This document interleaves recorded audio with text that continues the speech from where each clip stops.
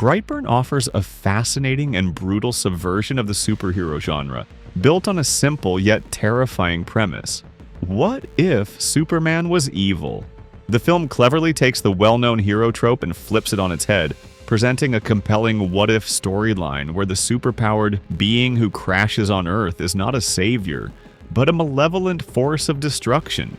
This dark mirror to the classic origin story provides a fresh and chilling perspective, immediately drawing the audience in with its promise of a familiar narrative, twisted into a nightmare. The concept alone is the film's strongest element, turning a symbol of hope into an agent of pure horror. Despite its brilliant premise, the film's execution prioritizes horror thrills over deep character study. It doesn't provide a detailed deconstruction of the main character, Brandon, or what truly drove him to become a monster. Instead of a nuanced psychological descent, we get a quick retelling of Kal-El's childhood, but with a sinister turn. Brandon's evil is largely attributed to malevolent voices from his crashed ship that dictate his purpose. Similarly, the film brushes through the emotional development of its characters and doesn't take its time to build suspense, preventing full immersion into the family's terrifying ordeal. However, it does a good enough job with its accelerated pace to deliver a visceral and effective climax within a conventional horror framework, making for a lean, mean, and unsettling watch.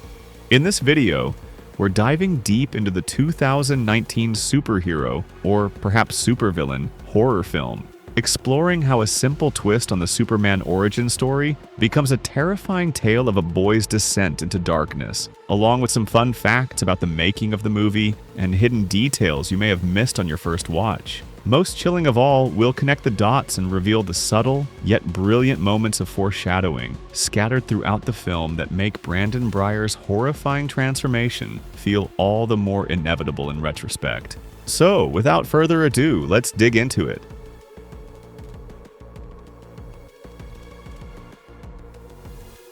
The film's middle school scenes, where we see young Brandon Breyer struggling to fit in, were filmed at Patrick Henry High School in Stockbridge, Georgia. This location is particularly interesting because it's the very same building used to represent both Hawkins Middle and Hawkins High Schools in the first 2 seasons of the hit Netflix show Stranger Things. This means that the setting and building where Brandon grappled with his newfound dark powers are the same ones where Mike, Dustin, Lucas, and Eleven faced the Demogorgon. The school has since closed down, but its legacy lives on as a recognizable and pivotal setting for these 2 different stories of small-town horror flick. The movie is rich with subtle references to the Superman mythos. In the Superman comics and various adaptations, the alien infant Kal-El crashes in rural Kansas and is raised by the Kents, becoming Clark Kent. Similarly, the movie Brightburn establishes that the Breyer family lives in a fictional town in Kansas, and this is confirmed by the Kansas issue license plate on the truck belonging to Brandon's father, Kyle. Another clever example appears when Brandon's mother, Tori, is seen using a search engine.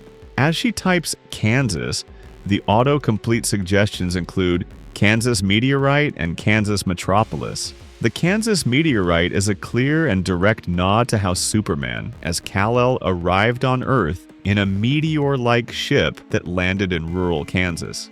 The Kansas metropolis suggestion also combines the iconic setting of Superman's upbringing with the city where he works as a journalist and fights crime. These seemingly minor details are a crafty way for the film to reinforce its premise as a dark, horror-infused retelling of the Superman origin story, where an all-powerful being from another world lands in the American heartland, but turns out to be a sinister force rather than a heroic savior. The film intentionally uses the classic comic book convention of alliterative naming for its protagonist, Brandon Breyer. This is a common practice in superhero stories, where many well-known heroes have names with repeated initials, such as Clark Kent, Peter Parker, and Bruce Banner. This naming convention is a subtle but effective way to connect Brightburn to the superhero genre it subverts. By giving the main character Brandon Breyer an alliterative name, The film immediately establishes a link to the familiar world of comic books and superpowered individuals, and takes a familiar trope and applies it to a horrifying new context, where the hero's journey is replaced by a descent into monstrousness. The movie is filled with clever details that reveal Brandon's nature long before he fully embraces his powers. In a classroom scene, Brandon gives an explanation on wasps, describing them as aggressive creatures that force other species to raise their young. This is a chilling analogy for his own situation, as his alien species sent him to Earth to be raised by human parents, a clear parallel to the parasitic wasps. The alien language he hears and the ship's instructions later compel him to dominate his surroundings and spread his influence, much like the aggressive and parasitic behavior of the wasps he describes. This parallel is further emphasized by the design of his mask, which seems partially inspired by a wasp, creating a visual link between his monstrous identity and the insect's predatory nature.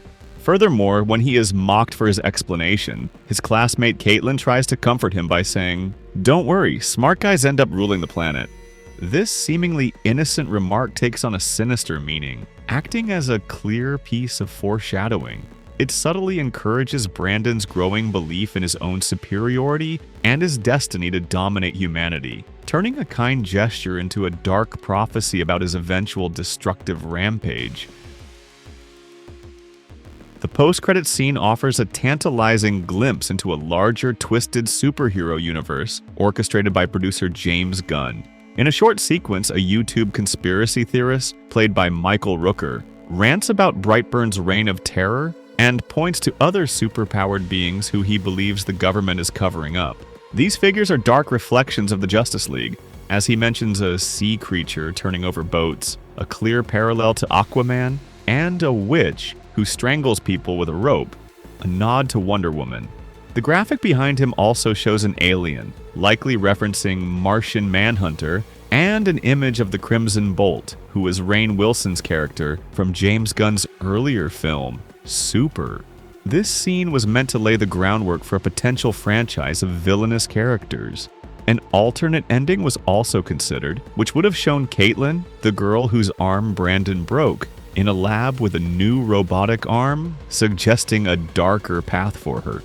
However, despite these exciting ideas and a sequel being discussed, James Gunn has stated that a follow-up is unlikely due to complications with the rights, leaving the world of Brightburn as a standalone, unsettling glimpse into a world where superpowered beings don't save the day.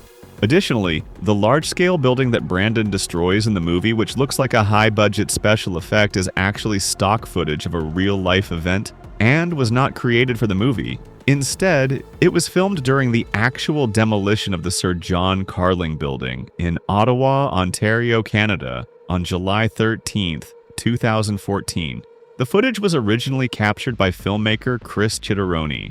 This clever use of a real event not only saved the production a significant amount of money and time, but also provided a genuine sense of scale and realism to the destruction, making Brandon's terrifying power feel even more authentic and impactful. The final tragic confrontation between Tori and Brandon is a clear homage to the horror classic Carrie. As Brandon's powers grow more dangerous and his humanity slips away, his mother Tori makes a last, desperate attempt to reach him. She hugs him and tearfully says she loves him, but as she does, she reveals a piece of his ship she had been hiding behind her back, trying to stab him with it in a final, heartbreaking act of self-preservation and fear. This mirrors the ending of the 1976 film, where Carrie White's fanatically religious mother, Margaret, embraces her daughter and says a prayer before stabbing her with a knife. Both scenes use the devastating image of a mother trying to kill her own child under the guise of an emotional farewell. And that brings us to the end of this deep dive into Brightburn. Whether you see Brandon Breyer as a terrifying take on a classic trope or a tragic figure shaped by his circumstances, there's no denying that the film left a lasting impression. It's a dark, gritty look at what happens when absolute power corrupts absolutely, and it's a conversation starter for sure. So if you enjoyed this video and want to see more content like it, be sure to hit that like button and subscribe to the channel. There's a lot more movies to break down, and you won't want to miss it. Until next time, thanks for watching, stay sharp, and we'll see you in the next video.